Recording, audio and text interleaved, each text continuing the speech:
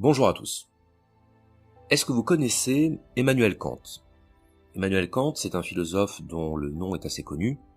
Généralement, on a beaucoup plus de mal quand il s'agit de définir ou de résumer sa pensée.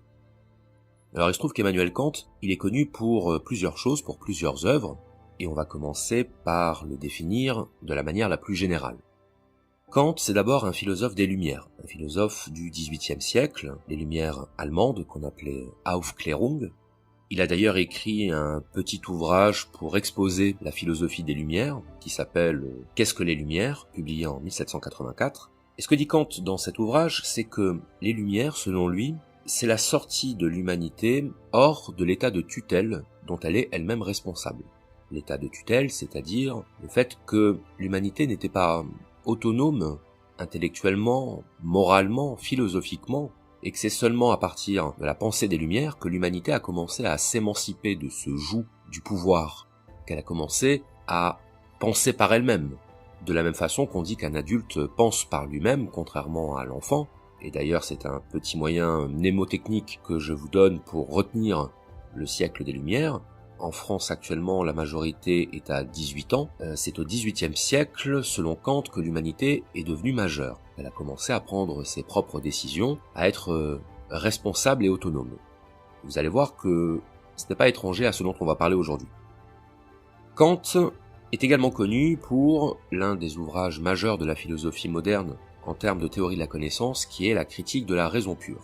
Alors je vous préviens, c'est un ouvrage extrêmement ardu et long, très compliqué, mais sa lecture en vaut l'effort, ça en vaut le sacrifice. Et ce que propose Kant, c'est une sorte de voie médiane, de synthèse entre le rationalisme cartésien, c'est-à-dire l'idée que la logique, les idées sont premières par rapport à l'expérience, une synthèse de ce rationalisme cartésien et de l'empirisme de David Hume, puisque Kant explique avoir été réveillé de son sommeil dogmatique par la lecture de Hume, c'est-à-dire qu'il a compris, à cette occasion, qu'on ne pouvait pas résumer la connaissance simplement à la logique pure, simplement au monde des idées, comme dirait Platon. La connaissance, c'est aussi de l'expérience, c'est aussi du contact sensoriel avec le monde. Et Kant a tenu à prendre en compte cette dimension expérimentale de la connaissance dans son système théorique. Critique de la raison pure, donc, qui a été publiée en 1781, puis en 1787. Et enfin, la troisième raison pour laquelle Kant est généralement reconnu, c'est pour sa philosophie morale. Une philosophie morale qu'il expose, entre autres, dans un petit livre qui s'appelle « Fondements de la métaphysique des mœurs » et dont on va parler dans cette vidéo. Alors, avant d'aller dans le cœur de la pensée kantienne, on va déjà dire quelques mots sur l'homme.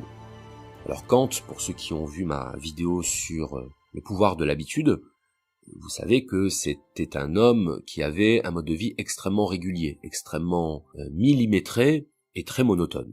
C'est quelqu'un qui n'aimait pas visiblement l'imprévu, qui aimait que sa vie soit parfaitement réglée, et c'est un personnage qu'on pourrait, sans prendre de risques, qualifier d'austère.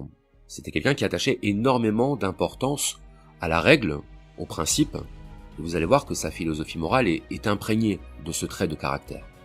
Autre détail important, c'est que Kant était un philosophe croyant, protestant, mais que ses croyances religieuses n'interviennent pour ainsi dire pas dans son système de pensée, y compris même dans son système de pensée morale. Si vous préférez, Kant n'est pas un auteur qui va convoquer Dieu pour justifier ses conceptions morales. Kant va au contraire asseoir sa morale, sa conception de la morale, sur des concepts philosophiques qui n'empruntent rien à la religion, mais qui au contraire empruntent tout à la raison, c'est-à-dire à ce qui fait selon lui le propre de l'homme. Donc on va aller voir un petit peu ce qui se cache derrière les fondements de la métaphysique des mœurs, on va essayer de comprendre comment se construit la morale kantienne, et on va voir jusqu'à quel point cette vision peut être considérée comme intéressante, valable et pertinente. Alors, si on devait résumer les fondements de la métaphysique des mœurs de Kant, on pourrait dire que c'est l'exposition détaillée de ce que Kant appelle un impératif catégorique. Alors qu'est-ce qu'un impératif catégorique ? C'est le principe moral qui doit nous guider dans notre comportement. C'est la norme de conduite que l'être humain doit adopter. Alors, avant d'aller plus loin, il faut déjà faire un petit rappel sur ce qu'est la morale en elle-même. Qu'est-ce que la morale ? La morale, c'est un système de normes. C'est un ensemble de règles que l'on se prescrit, ou que l'on prescrit aux autres, et qui est censé nous guider vers le bien. Derrière toute morale, il y a une conception du bien, et il y a une distinction entre le principe du bien et le principe du mal. Donc la morale ne peut pas être envisagée en dehors de cette distinction entre le bien et le mal. Si vous préférez, enlever les mots bien et mal du vocabulaire philosophique, la morale n'existe plus. Donc la morale, c'est d'abord ça. C'est d'abord le principe selon lequel nous devrions tendre vers le bien et nous éloigner du mal. Mais vous voyez immédiatement le problème que ça pose. C'est que le bien et le mal peuvent être considérés comme des notions très subjectives. En réalité, personne n'est absolument d'accord sur ce qu'on appelle le bien, sur ce qu'on appelle le mal, et la plupart des conflits, des désaccords ou des malentendus sur la question morale proviennent justement de cette différence de définition du bien et du mal. Alors, pour bien comprendre cette morale kantienne, on pourrait déjà commencer par dire à quoi elle s'oppose. La morale kantienne s'oppose à ce qu'on appelle l'utilitarisme, sur lequel j'ai fait une vidéo récemment. Et l'utilitarisme, c'est l'idée que nos actions ne doivent être évaluées, c'est-à-dire on ne doit leur prêter de valeur qu'à la lumière de leurs conséquences. On analyse les conséquences de notre action en termes de plaisir et de douleur. Et si une action produit plus de plaisir global que de douleur globale, à ce moment-là, cette action sera considérée comme moralement bonne. Ça, c'est le principe de l'utilitarisme, le plus grand bonheur du plus grand nombre, le calcul hédoniste, qui fait qu'on va juger la valeur morale d'une action à l'aune de ses conséquences en termes de plaisir et de souffrance. Or, pour Kant, cette vision-là est totalement absurde. Kant est aux antipodes de la conception utilitariste, il est même le représentant du mouvement opposé qu'on appelle généralement le déontologisme, parce que le déontologisme va s'intéresser aux principes qui sont à l'origine d'une action, aux principes, c'est-à-dire à la loi générale qui nous commande d'agir de telle ou telle manière dans un cas particulier. Donc la morale kantienne, c'est une morale du principe, et c'est même une morale de l'intention. Et c'est là qu'on va commencer à comprendre la spécificité de la morale kantienne, c'est qu'une action est jugée bonne si elle est guidée par une bonne volonté. La bonne volonté, c'est la bonne intention, c'est l'intention qui correspond à l'idée du bien, ce qui veut dire que pour Kant, une action n'est pas bonne simplement parce qu'elle correspond à ce que prescrit la loi morale, elle est bonne parce qu'elle est animée par la volonté d'être dans le bien. Une action bonne pour Kant n'est pas l'action conforme à la loi morale, c'est l'action qui est animée par un respect de la loi morale. Donc ça, c'est le premier aspect de la morale kantienne qu'il faut vraiment garder à l'esprit. Et pour l'illustrer, je vais prendre un exemple très simple. On va prendre l'exemple du braqueur de banque qui hésite avant de commettre son braquage. Alors pourquoi est-ce qu'il hésite ? Il hésite pour une raison très simple. C'est qu'il a peur de se faire attraper. Il a peur de se faire arrêter par les flics et de finir en tôle. Donc qu'est-ce qu'il fait ? Il délibère intérieurement. Il se questionne, il réfléchit, il se demande si tout bien considéré, il ne prend pas un risque trop important. Qu'est-ce qui va nourrir son hésitation ? Ce n'est pas un appel du bien, ce n'est pas un appel de sa bonne conscience, c'est tout simplement la prise en compte du risque, le risque de se retrouver en prison. Donc, on peut dire que si le braqueur de banque décide de renoncer à son geste par peur de la prison, par exemple, on pourrait dire qu'il agit moralement. Eh bien, pour Kant, non. Pour Kant, ce braqueur de banque qui renonce à commettre son acte par peur des conséquences, il n'est pas dans le bien. Il est dans la conformité au bien. C'est-à-dire qu'il agit comme si il était quelqu'un de moral, mais en réalité, ce n'est pas parce qu'il est moral qu'il renonce à son geste. Et ça, c'est quelque chose que Kant dénonce très vivement. La conformité à la loi morale qui n'est pas guidée, qui n'est pas motivée par une bonne volonté, qui n'est pas motivée par une volonté d'être dans le bien. Donc on pourrait dire, si on voulait vraiment schématiser, que Kant s'inscrit contre la morale de l'hypocrisie. La morale de l'hypocrisie qui consiste à lutter avec ses désirs, à lutter avec ce que l'on veut faire, parce qu'on a conscience que c'est mal, parce qu'on a conscience que c'est contraire à la loi morale, mais finalement, cette conscience d'être dans le mal ne rend pas notre intention bonne. Donc Kant s'oppose totalement à ce schéma. Ce qui d'ailleurs rend sa conception morale un petit peu discutable, parce que comment jauger l'intention de quelqu'un qui effectue une action?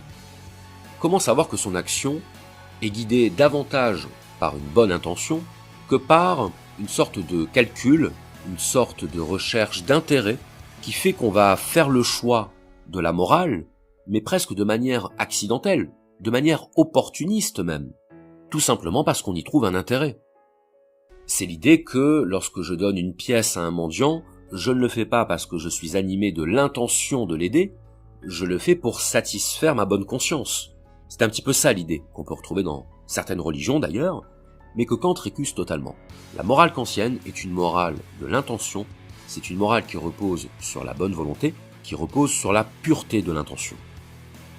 Alors, est-ce que cet aspect suffit à résumer la philosophie morale kantienne? Est-ce qu'on peut réduire la morale de Kant à une morale de l'intention? Eh bien non, parce que l'intention doit être accouplée à une autre notion qu'on trouve chez Kant, qui est justement la notion de loi morale.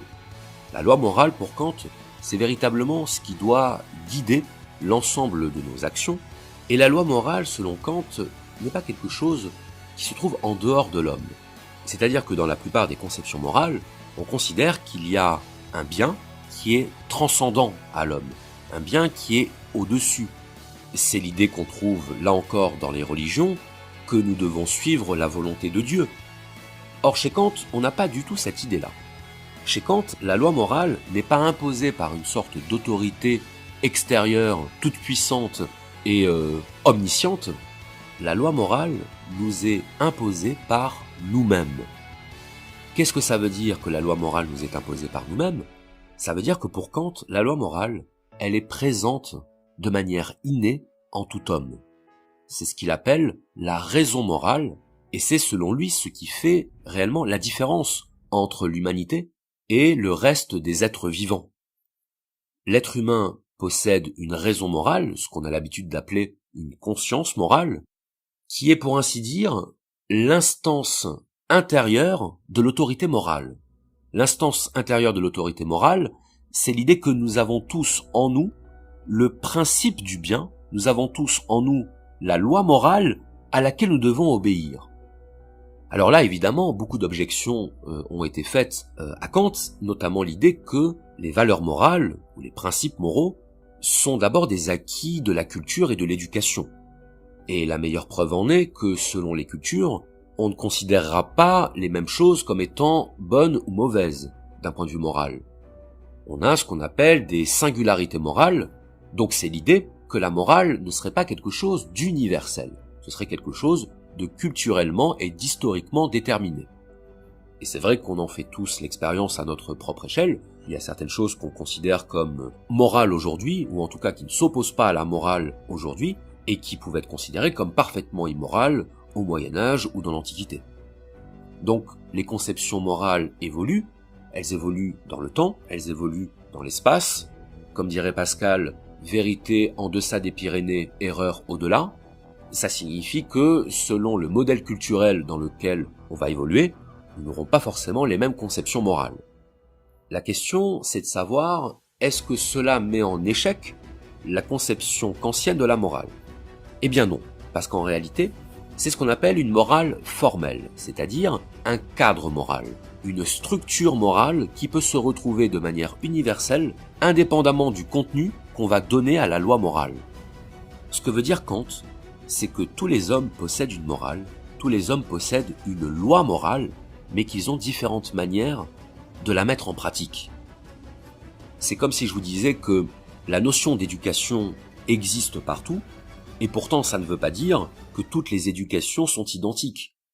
Le fait que l'éducation soit un concept universel ne signifie pas que le contenu de l'éducation soit le même partout. Donc la loi morale, selon Kant, elle se caractérise par son universalité et également par son caractère inné. Et les fondements de la métaphysique des mœurs, c'est l'occasion que Kant a trouvée pour formuler précisément ce que, selon lui, la loi morale nous dit quand nous sommes confrontés à un choix moral. Donc c'est comme si Kant avait cherché à faire parler notre conscience morale, faire parler notre raison morale, pour lui faire dire ce qu'elle nous dit de manière indicible, de manière parfois purement intuitive. Et d'ailleurs, c'est ça le but de la démarche de Kant, c'est de rendre consciente et explicite la loi morale qui s'exprime en nous de manière parfois inconsciente et intuitive. Et c'est là qu'on en arrive à une première formulation de la loi morale kantienne, plus exactement de l'impératif catégorique qui est issu de cette loi morale. Voilà ce que nous dit la première formulation de l'impératif catégorique. Agis uniquement d'après la maxime qui fait que tu puisses vouloir en même temps qu'elle devienne une loi universelle. Alors, cette citation est assez connue, elle mérite qu'on s'y arrête un petit peu, qu'on la reformule et qu'on la décortique.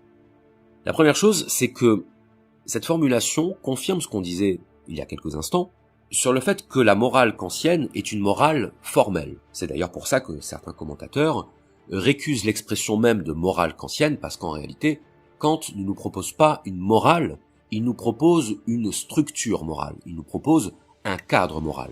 Et le cadre moral de Kant, c'est de dire que on reconnaît la moralité d'une action au fait que l'on pourrait vouloir que ce qui la guide soit partagé par tout le monde. On va le dire de manière encore un peu plus simple. Lorsque vous vous apprêtez à effectuer une action et que vous vous posez la question de savoir si elle est morale ou pas, posez-vous la question, est-ce que ce par quoi je suis guidé actuellement, je voudrais que cela guide également toute l'humanité? Est-ce que je voudrais que toute l'humanité soit guidée par le même principe d'action qui est en train de me guider actuellement? C'est ça le test de vérification de la morale chez Kant. C'est le fait de passer cette épreuve de l'universalisation du principe de mon action. Le principe de mon action, c'est de dire quelle est la loi qui me parle au moment où je choisis de lui obéir. Quelle est la loi qui me dit que ce que je m'apprête à faire est bien ou mal? Eh bien cette loi, si je peux vouloir qu'elle guide l'humanité, à ce moment-là, cela signifie que mon action est morale. Alors, faisons attention ici au contresens habituel, qui consiste à réduire cette proposition de Kant au fameux adage « ne fais pas à l'autre ce que tu ne voudrais pas qu'il te fasse ». Parce que « ne fais pas à l'autre ce que tu ne voudrais pas qu'il te fasse », c'est du conséquentialisme. C'est l'idée que parce que je ne voudrais pas subir telle ou telle chose, parce que ça produirait en moi de la souffrance ou du déplaisir, peu importe, pour cette raison-là, je ne voudrais pas, moi non plus, l'appliquer à l'autre. Mais ça, c'est une morale des conséquences. C'est une morale de la prudence qui fait que je ne vais pas me mettre en situation de risque. C'est exactement la même logique que ce qu'on disait tout à l'heure sur celui qui agit conformément à la loi morale et non pas par respect de la loi morale. Donc ne fais pas à autrui ce que tu ne voudrais pas qu'il te fasse, ce n'est pas la morale kantienne. Donc là, Kant, il nous laisse un peu sur notre faim, parce que cette formulation de l'impératif catégorique, bien concrètement, elle ne nous dit pas ce que l'on doit faire. Elle ne nous dit pas quelle action est bonne, quelle action est mauvaise. Elle ne nous dit pas quelles sont les valeurs que l'on doit incarner dans nos actions. Là, pour l'instant, tout ce que nous dit Kant, c'est que si on est OK pour que tout le monde partage nos conceptions, ça veut dire que notre conception est morale. C'est peut-être un petit peu léger. Donc, on va accorder à Kant le crédit de ses intentions et on va aller voir immédiatement la deuxième formulation de l'impératif catégorique. La deuxième formulation de l'impératif catégorique, elle est, j'oserais dire, un peu plus intéressante, parce qu'elle commence à nous donner une idée du contenu que l'on doit donner à notre action pour qu'elle soit considérée comme une action morale. Donc je vais maintenant vous lire la deuxième formulation de l'impératif catégorique chez Kant. Agis de telle façon que tu traites l'humanité aussi bien dans ta personne que dans tout autre, toujours en même temps comme fin et jamais simplement comme moyen. Et là, on a enfin une formulation du contenu de l'action morale selon Kant. L'action morale, c'est celle qui est guidée par la notion de dignité. Qu'est-ce que c'est que la dignité? c'est la valeur particulière qu'a l'être humain. Et qu'est-ce qui confère cette valeur particulière à l'être humain? C'est le fait qu'il soit doté d'une raison morale. J'ai eu l'occasion d'en parler dans mon débat avec Athlète Éthique sur le véganisme. Ce qui structure la notion de dignité humaine, c'est le fait que les êtres humains soient porteurs d'une raison morale qui fait qu'ils se posent la question de la bonté ou pas de leurs actes. Alors bien entendu, on peut critiquer cette conception de la dignité, on peut dire, comme le font les utilitaristes, que ce n'est qu'une invention, une abstraction métaphysique qui ne repose sur rien de matériel, mais toujours est-il que pour Kant, l'homme possède un statut particulier parmi les êtres, il est doué d'une conscience morale, il est doué d'une raison morale, et en ce sens, il a une valeur particulière qu'il appelle la dignité, là où les êtres inanimés, eux, n'ont pas de dignité, mais ont un prix. La valeur de la chose inanimée, chez Kant, c'est le prix. La valeur de l'être humain, c'est la dignité. Et donc l'idée de Kant, c'est de dire que parce que l'être humain possède une dignité, il ne peut pas être traité comme une chose, il ne peut pas être traité comme un être inanimé qui n'a qu'un prix mais qui n'a pas de dignité. Donc Kant opère une séparation radicale entre l'être humain qui possède une dignité, entre les choses qui possèdent un prix, et c'est ça qui conditionne intégralement son impératif catégorique. L'impératif catégorique qui nous dit qu'une action est moralement bonne quand, dans notre manière de traiter l'humanité, nous ne voyons pas en l'autre un moyen pour satisfaire notre intérêt, nous y voyons un être humain à part entière, un être humain qui n'appartient qu'à lui, un être humain sur lequel je n'ai pas de droit d'appropriation. Et le fait que je n'ai pas de droit d'appropriation de l'autre, c'est ce qui m'interdit de considérer l'autre comme un objet, c'est ce qui m'interdit de le considérer comme un moyen, c'est ce qui m'interdit de me servir de lui à son détriment pour parvenir à mes fins.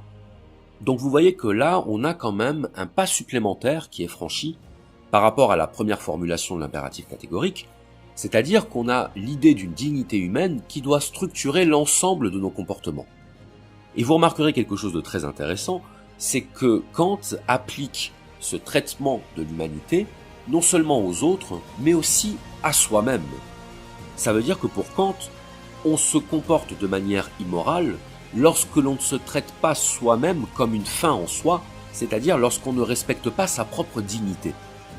Et qu'est-ce que c'est notre dignité? Eh bien, c'est précisément le fait qu'on ne se considère pas comme une chose, on ne se considère pas comme un objet, on se considère comme ayant une valeur supplémentaire, on se considère comme ayant une signification supplémentaire. Et cette signification, c'est précisément le fait que nous soyons capables de distinguer entre le bien et le mal, cette capacité que nous avons à obéir non pas à une autorité extérieure qui s'impose à nous, mais à une partie de nous-mêmes qui est universellement partagée. Le fait de se comporter moralement, selon Kant, c'est la démonstration de notre appartenance à l'humanité. Et le fait d'agir de manière immorale, c'est le fait de s'exclure soi-même du cercle de l'humanité. Donc vous voyez que la morale kantienne, ce n'est pas une morale qui nous permet de faire des compromis avec notre conscience, on ne joue pas avec la morale, on ne plaisante pas avec la morale, et c'est ce qui a fait dire à certains que la morale de Kant était trop désincarnée pour avoir une réelle pertinence dans la vie réelle. Je crois que c'est Charles Péguy qui disait « La morale kantienne a les mains pures, mais elle n'a pas de main ». Elle n'a pas de main, c'est-à-dire elle n'est pas confrontée à la réalité dans tout ce que la réalité peut avoir parfois de plus compliqué, de plus contradictoire. La réalité qui est faite de dilemmes permanents et où la direction du bien ne nous apparaît pas forcément immédiatement.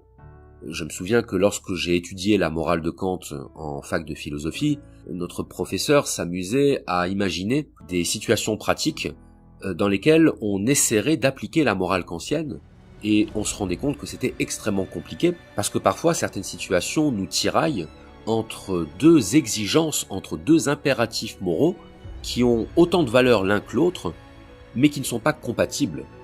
Un exemple qu'on peut prendre, c'est celui du mourant qui est maintenu en vie artificiellement et qui nous confronte à la question, est-ce qu'il vaut mieux le maintenir en vie quoi qu'il en coûte, ou est-ce qu'il vaut mieux ne pas le faire souffrir davantage?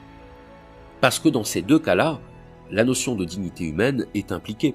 Qu'est-ce qui fait la valeur de la vie humaine? C'est la dignité humaine.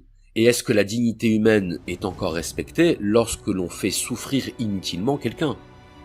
Donc finalement, dans cette situation du patient qui souffre et dont on veut protéger la vie, est-ce qu'on n'est pas en train de contredire le principe de dignité humaine en voulant le défendre?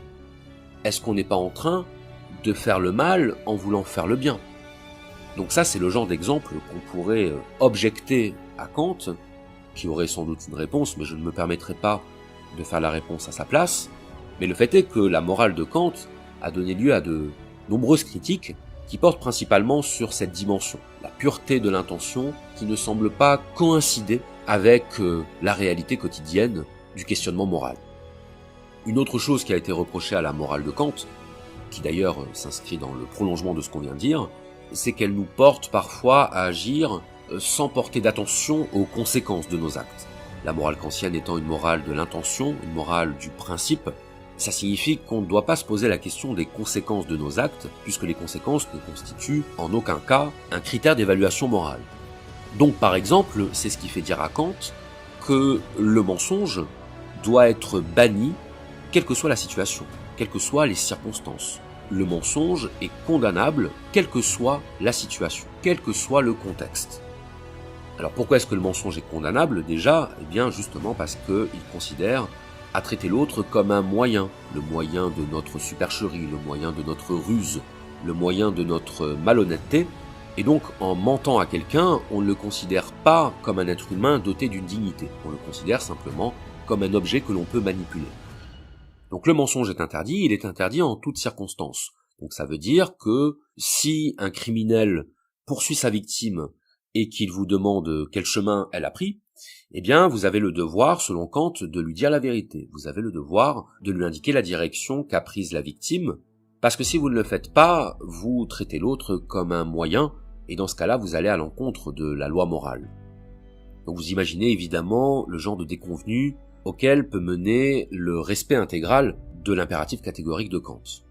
Donc vous voyez qu'on est quand même toujours dans l'idée d'une forme de déconnexion avec la réalité, une sorte d'idéalisme moral que beaucoup de philosophes ultérieurs ont considéré comme n'étant tout simplement pas réaliste. Et d'ailleurs, et nous pourrons conclure la vidéo là-dessus, ce n'est pas un hasard si, au fil du temps, le terme de morale a fini par prendre une connotation passablement négative. Lorsque l'on entend le mot morale, on pense tout de suite à des règles contraignantes, on pense à la rigidité, on pense à la moraline, ce que certains ont appelé la moraline, pour parler justement du côté donneur de leçons, du côté moralisateur qu'on peut trouver dans la philosophie de Kant et qu'on peut trouver d'une manière générale dans certaines de nos considérations morales. Il y a cette idée de juger l'acte de l'autre à la lumière d'un principe abstrait, à la lumière d'une règle que l'on estime universelle et dont nous sommes parfois très prompts à constater qu'elle a été enfreinte par l'autre, mais rarement par soi.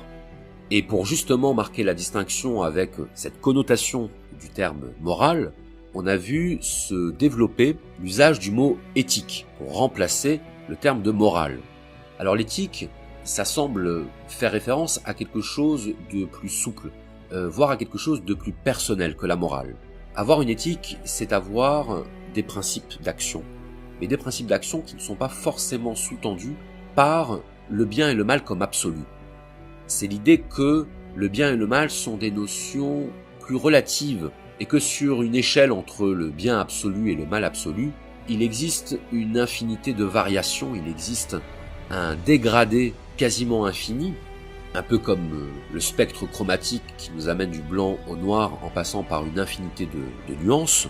Et finalement, je ne trouverais pas absurde que la morale kantienne puisse se trouver confrontée à elle-même, parce que c'est justement toute l'ambition de la philosophie de Kant que de nous appeler à l'autonomie, que de nous appeler à l'indépendance, que de nous appeler à la responsabilité individuelle. Et de la même façon que Kant nous disait que les Lumières étaient le moment où l'humanité devenait adulte, peut-être sa philosophie morale, aussi rigide soit-elle, doit-elle nous amener à une conception plus responsable, plus mature de la morale, une conception qui ne soit pas uniquement guidée par la conformité d'une action au bien ou au mal, et peut-être qu'agir moralement, ce serait davantage questionner nos intentions, questionner nos motivations, questionner ce qui s'exprime, ce qui se manifeste en nous, Qu'est-ce qui nous guide? Qu'est-ce qui nous anime? Qu'est-ce qui mobilise notre âme? C'est peut-être ça la question la plus importante, plutôt que de savoir si ce que l'on s'apprête à faire est conforme ou pas à la représentation culturelle du bien et du mal. Évidemment, je laisserai chacun d'entre vous répondre pour lui-même. J'espère que cette vidéo vous aura plu et intéressé. N'oubliez pas de la partager, n'oubliez pas de la liker et de la commenter. Pensez à me rejoindre sur les réseaux sociaux, tous les liens sont dans la description. Je remercie infiniment tous les donateurs qui font que cette chaîne existe, parce que je ne le répéterai jamais assez, cette chaîne existe d'abord parce que vous êtes là. Je vous dis à bientôt pour une prochaine vidéo, et d'ici là, comme d'habitude, soyez sages.